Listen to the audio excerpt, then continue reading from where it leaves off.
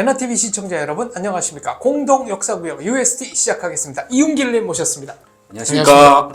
저희가 지난 시간에 예고한 대로 이제 대한민국 건국 이후인데 북한에서는 아직도 이승만을 미워한다고요. 이게 김일성이 6.25 끝난 다음부터 이승만 대통령 하야할 때까지 그렇게 이승만을 매일매일 이승만 때문에 뇌출혈 나중에 왔다, 뇌가 안 좋아졌다 할 만큼 화가 많이 나 있었고, 그 술만 마시면 이승만을 욕했다고 하더라고요. 위에 있던 분들이 얘기하는 경우. 왜냐면 이승만이 아니었으면 미국이 있을 리가 없고, 미국이 없었으면 대한민국이랑 있을 수가 없었고, 그러니까 생기지도 않았었고 지켜지지도 않았을 거고, 또 다시 부활하는 데까지 건국 이후, 그러니까 6.25 이후 또 이게 폐허 아닙니까? 그걸 기반을 닦을 수 있는 또한 미국의 원조가 있었기 때문에, 한미상호 방위조약도 있었고, 그러니까 이 모든 걸 이승만이 다 해냈다는 게 김일성한테는 정말 수치스러웠고 증오스러웠을 거죠.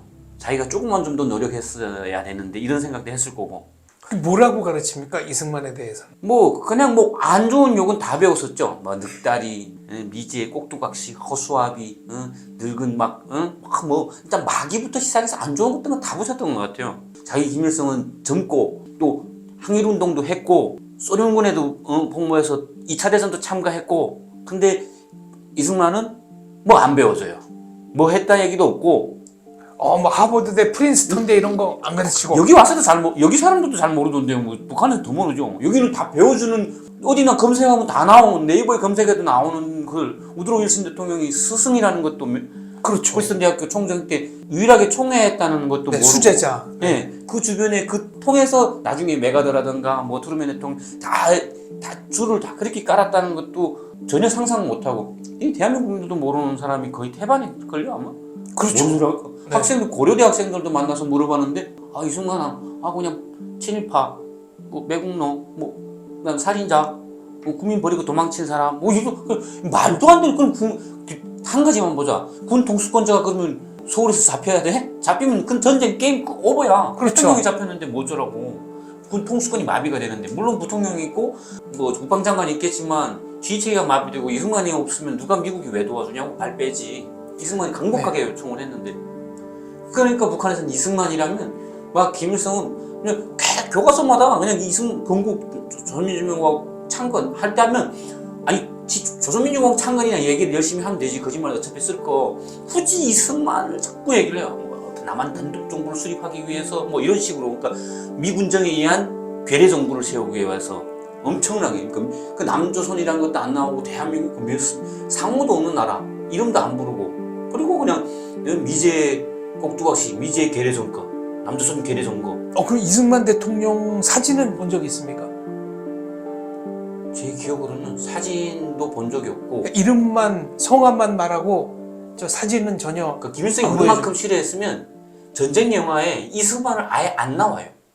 박정희는 되게 비아냥거리며 만들어놨거든요. 네.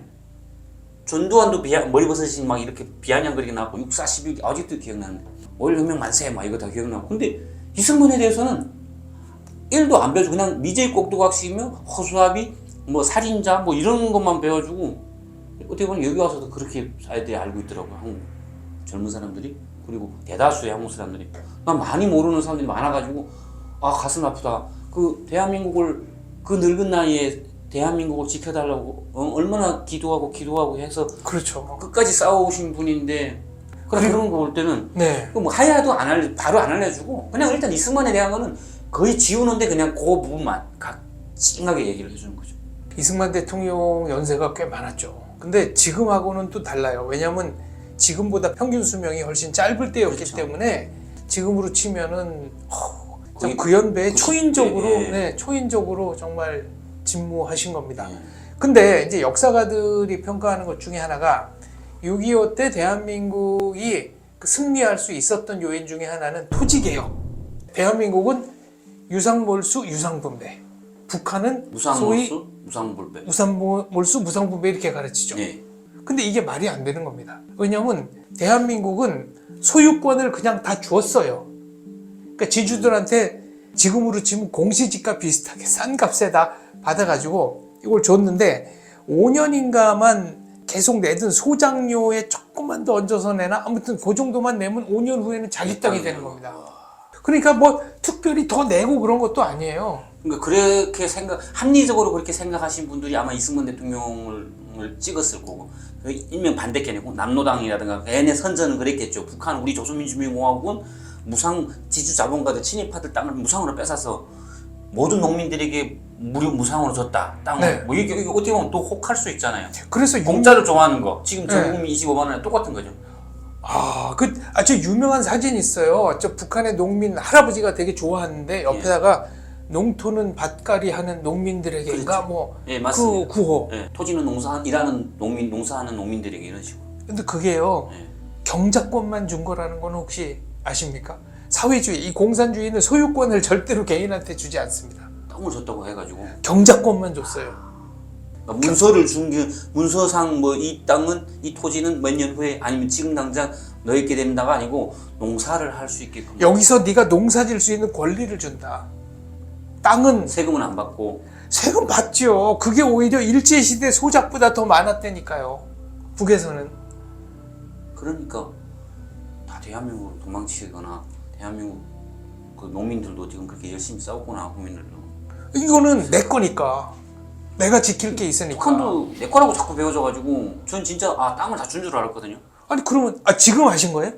경제권만 줬다는 건? 예. 소유권은 절대 안 왜냐면 줬어요. 땅을 다 토지 문서를 불사르고 뭐 땅을 다 일하는 농민들인데 줬는데 그 땅을 빼앗게 된 계기가 나중에 6.25 끝나고 그 협동조합 네. 만들어서 조합에 가입시키고 그다음에 안 하겠다는 사람은 또 뭐 이런 식으로 해서 결국은 다 땅을 조합 땅으로 만들었다 이렇게 저는 생각을 했었는데 그게 아니요, 경작권만 준 맞다. 겁니다. 그렇게 조합으로 해가지고 들어오면 이 사람이 땅 문서를 바칠 일은 없잖아요. 그러니까 그렇죠. 경작권만 그냥 같이 하자. 경작권만. 왕따 주고 안 하면 왕따 주고 하니까 할 수 없이 또 조합으로 만들어서. 그렇죠. 경작권을 줬는데 그나마 지금 제가 얘기한 것처럼 그 소출에 얼마를 이제 바쳐야 되잖아요. 그렇죠. 이게 일제시대 때 바치는 것보다 오히려 더 많이 바쳤다니까요. 그럼 이게 무슨 토지개혁입니까? 다 그냥 강탈한 거지. 강탈이. 또 다른 그냥 그 진짜 조선이 많네요. 이시조선에서 김씨조선. 그렇죠. 그리고 대한민국은 지주들이 토지를 다 그런 식으로 이제 분배한 다음에 어떤 증권이나 뭐 예. 돈을 받았을 거 아니에요. 6.25가 터지면서 사실상 이게 휴지 조각이 돼가지고 그때 제일 많이 손해본 사람들 중에 하나가 지주계층입니다. 그래도 뭐 북한 지주들보다는 낫죠. 다 뺏긴 것보다는. 북한 지주들은 그렇죠. 뺏겼을 뿐만 아니라 살해당하는 살해당하고. 경우도 많으니까. 예. 오죽하면 토지 문서 들고 열받아서 월남 도주한다고 북한에서 함장 그리 떠들었거든요. 지주들이 토지 문서 가지고 월남 도주한다고. 지금 그때부터 이제 6.25 때 53년까지 월북한 사람도 있고 월남한 사람도 있지 그렇죠. 않습니까? 남쪽으로 온 사람들이 16배가 많아요. 그렇죠. 누가 봐도 월북은 안 하죠. 네, 겪어보니까 이건 아니더라 아니죠. 싶어가지고 온 분들이 굉장히 많이 있습니다. 그럼 월북한 사람들 보면 아이고 저 안타깝다. 어떻게 하니. 갔다가 저기 다시는 오지 못할 텐데. 가는 게 쉽지만 오는 건 힘든데. 이런 생각을 하더라고요. 아니 그러면은 그 토지 문서를 가지고 월남을 시도한 지주들이 많았다 이렇게 가르칩니까? 예, 영화에도 나오고 뭐 드라마에도 나오고 뭐 어마어마하게 또 책으로도 많이 나옵니다.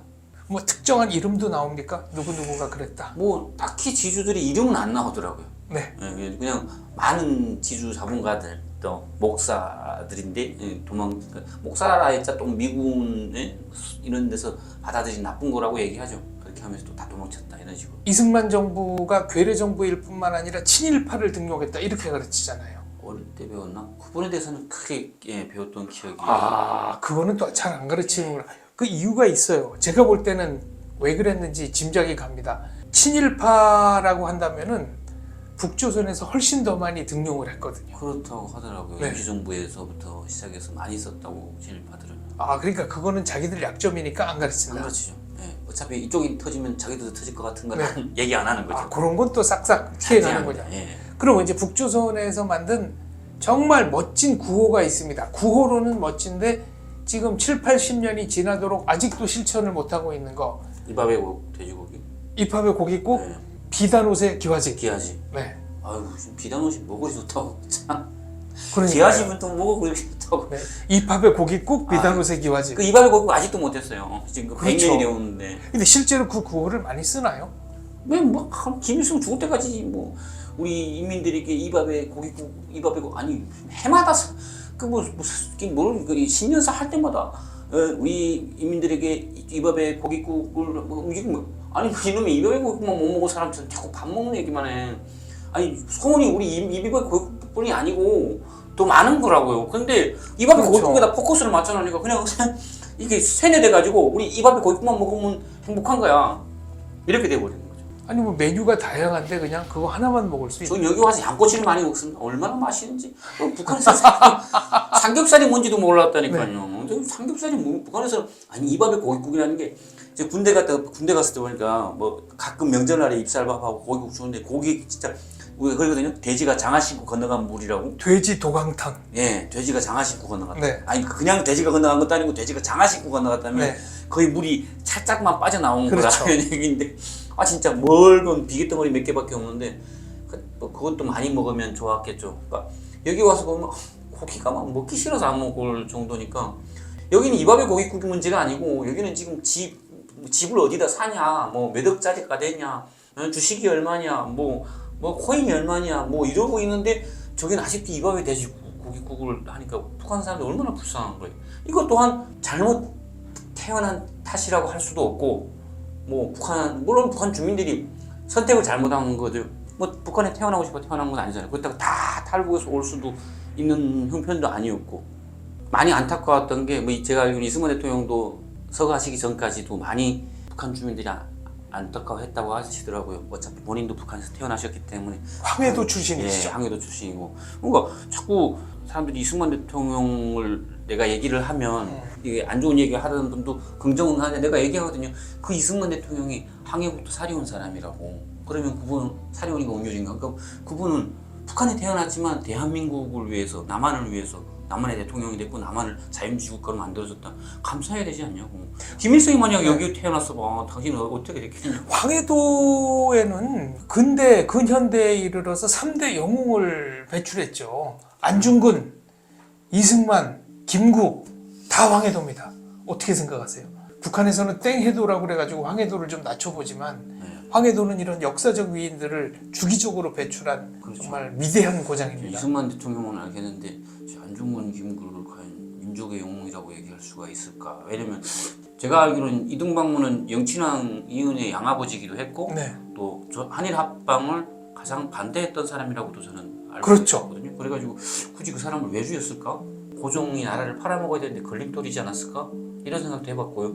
물론 역사적인 그 자료들도 어느 정도 있다고는 하지만 제가 다 알고 있는 게 아니기 때문에 그러니까 이승만에 비하면 다른 분들의 업적은 물론 상대적으로 싸우려고 했지만 그러니까 그 싸우려고 했던 게 고종의 나라였냐 아니면 백성이 주인된 민주주의 국가였냐 이게 중요한 이거는 거예요. 따져봐야 된다. 저는 네. 역사적인 인물들도 이 사람들이 하려고 했던 혁명 그리고 이 사람들이 찾으려고 했던 나라가 국민의 나라냐 아니면 왕의 나라냐 북한처럼 저런 나라가 되면 안 되잖아요. 그거 굉장히 중요한 그렇죠. 문제죠. 근데 안중근, 김구 이렇게 찾아서 만약 다시 안 치는 놈이 또 고종의 아들, 손주가 되면 또다시 조선의 사람들은 노예고 그냥 일반 백성일 뿐이고 조선시대 투표가 뭐였어요. 왕은 알아서 내려오는 거고 그 밑에 신하들이었고 그 신하들이 찾으려는 나라는 과연 왕과 신하의 나라냐 아니면 백성의 나라였냐. 저는 그 부분에 의문을 가지고 이승만 대통령이 찾으려고 했던 나라는 또 외세의 힘을 빌어서라도 광복 독립시키려고 했던 나라는 백성이 주인된 나라를 만들어주고 민주공화국. 민주공화국. 저는 이렇게 생각하기 때문에 대한민국 국민으로서 자유민주주의잖아요. 자유민주주의에서 내가 선택할 수 있는 영웅은 나는 오직 이승만 영웅뿐이다. 왜? 국민들이 투표할 수 있는 거예요. 여성이 투표하는 것도 그 당시 유럽도 안 됐다는 거 아닙니까? 스위스라 뭐 스웨덴 이런 중립국가들도 그렇죠. 여성이 투표할 수 없는데 네. 여성이 투표권을 할 수 있는 건 아마 좀 대단하다고 생각하거든요. 48년 5월 총선거부터 여성이 투표권 네. 행사합니다. 왜 여자는 투표하면 안 되냐 이런 식으로 이거 세계적으로 굉장히 빠른 겁니다. 엄청난 거죠. 네. 네, 엄청 당시에도 아마 가부장적인 게 우리만 있은 게 아니고 서부도 열강들이 다 그런 시기였지 않습니까? 그러니까 그런 속에서 이거 XX 염색체 여성들한테 투표권을 줬다는 건 정말 대단하고 어차피 다 까막눈인데 심지어는 그때 저 이명신 박사가 여자 국민당이라는 네. 여성운동 정당까지 만들어서 입후보해요. 이거 전 세계적으로 굉장히 시대를 앞서 나간 겁니다. 이건 투표권을 줬기 때문에 이승만 박사가 바로 그냥 이건 당연히 줘야 된다라고 했기 때문에 여기서부터 시작된 거죠. 저는 근데 그걸 이번에 건국전쟁이라는 영화를 보고 처음 알았거든요. 여성에게 투표권을 줬다. 네. 야, 대단하다. 북한에서는 일단 인민들이 선거라는 것도 잘 모르는 반에 그냥 지들이 알아서 그냥 위에서 툭툭 찍어가지고 만들어서 그냥 만들어내고, 지금도 어차피 뭐 대의원이 누군지도 잘 모르고, 대의원도 이렇게 뭐 막 가면 만장일치 투표, 이게 그냥 수령님이 대단하시면 그냥 다 만장일치구나 이렇게만 알고 있었거든. 우리나라에서 꽤 유명했고 미국에서도 상당히 그 선풍적인 인기를 불러일으켰던 희곡 중에 이제 우리 읍내 아워 타운이라는 작품이 있어요. 손톤 와일더라는 사람이 쓴 건데, 거기 보면은 이제 미국 사회 자기 동네에 대해서 이렇게 설명을 하거든요. 남자들은 이렇게 저렇게 해서 이제 투표를 합니다. 여성들은 간접적으로 투표하죠. 이런 대사가 나와요. 간접적으로 투표. 그럼 남편한테 이렇게 얘기를 해서 누굴 뽑았으면 좋겠다. 그러니까 이렇게. 그때는 참정권이 없었을 때니까. 미국도 하기 힘든 걸 대한민국 참 넌 대단한 것 같아요. 북한은 여성 참정권 줬습니까? 근데 뭐 투표 권리는 있는데 그 외에는 뭐 나머지는 뭐 여자가 할 수 있는 게 크게 없죠. 아직도 가부장적인 문화가 많이 남아있죠. 그러니까 도의민위원회 뭐 도당 책임비서들 자체가 여자가 되는 게 한 명도 없었고, 네. 정무원 총리, 부총리 중에 여자 되는 게 거의 없었고, 내각 수상, 부수상 중에 된 게 거의 없고, 뭐 있지. 김여정은 있죠. 네. 현송월이라든가 뭐 자기 와이프나 처분되는데 조선 여성들은 되면 안 된다. 그러니까 뭐 가중에 또 여성 대의원들은 나오긴 합니다. 많이. 왜냐면 어느 정도 또 이게 민주주의고 자기는 남녀 평등권이 있고 뭐 38 분여설인지 83 분여설인지 있으니까, 그러기 때문에 뭐 있어야 된다 하고 만들어 놓긴 하는데 뭐 어차피 형식상인 거 있는 것처럼 보이기만 하는 거죠. 가끔 이렇게 뭐 정춘실이라든가 여성 지도자들이 뭔가 공장 지배인들이 뭔가 잘하면 엄청 또 이렇게 띄워주고, 뭐 어머니의 날이라고 해가지고 다산한 사람들도 많이 알려주고, 뭐 이런 것도 있고. 조선은 어마어마하게 가부장적인 나라였고, 이제 북조선에서는 그게 계속 이어져 오는 거고요. 저는 대한민국에서는 이승만 대통령의 이 참정권, 박정희 대통령이 아예 축첩제도를 폐지해버렸어요. 그러니까 첩이 있는 사람들을 공직에서 다 쫓아내버렸습니다. 그리고 이제 새마을운동에서 여성 지도자들을 대거 배출하면서 대한민국 여성들이 이제 역사의 주체로 점점점 이제 역량을 발휘하기 시작하죠. 근데 그 얘기는 저희가 이제 다음에 70년대를 맞아서 하기로 하고요. 오늘의 마무리 발언, 이웅길 님이 생각하는 이승만은 어떤 사람이다? 제가 이승만에 대해서는 뭐 고종 폐위부터 시작해서 뭐 독립정신 쭉 미국 가셔가지고 이미 망명 갈 때는 또 이렇게 막 관에 들어가서 가셨다, 현상금이 많이 걸렸고, 또 프리스턴대, 또 하버드대 박사 이렇게 다 따시면서 정말 유명하신, 그냥 그 정도로 알고 있었거든요. 근데 한국에서 좀 지나서 알게 된 건 가장 최근 한 3년 전에 알게 된 건 상임정부 초대 총리, 초대 대통령, 통합상임정의 초대 대통령까지 되셨다가, 제일 중요한 거는 대한민국을 탄생시킨 분. 뭐 대한민국이 절로 생긴 건 아니잖아요. 국민들이 모여서 나라 세우자 한 건 아니고, 보고 유엔의 승인 하에, 합법 하에 건국을 하려면 그 모든 것을 움직일 수 있는 유일한 사람이 있어야 되는데, 그 지도자가 이승만이었다는 것에 대한민국은 참 감사한 일이고, 이분이 북한에서 만약 있었으면 어땠을까? 북한에 있었으면. 그리고 한국에서 이분이 있었기에 대한민국에 지금이 있게끔 되지 않았나. 정말 위대한 영웅이고, 하늘이 보낸 저는 제사장, 천사 같은 분이라고 생각하거든요. 대한민국을 사랑해서 하나님이 보내주죠. 그리고 우리 애국가에 있는 것처럼 하느님 보호하사 우리나라 만세. 예. 이승만이 없었더라면 대한민국 건국도 불가능했다. 불가능했다. 알겠습니다. 이 말을 오늘의 결론으로 삼겠습니다. 지금까지 공동역사구역 UST 이웅길 장원재였습니다. 감사합니다. 감사합니다.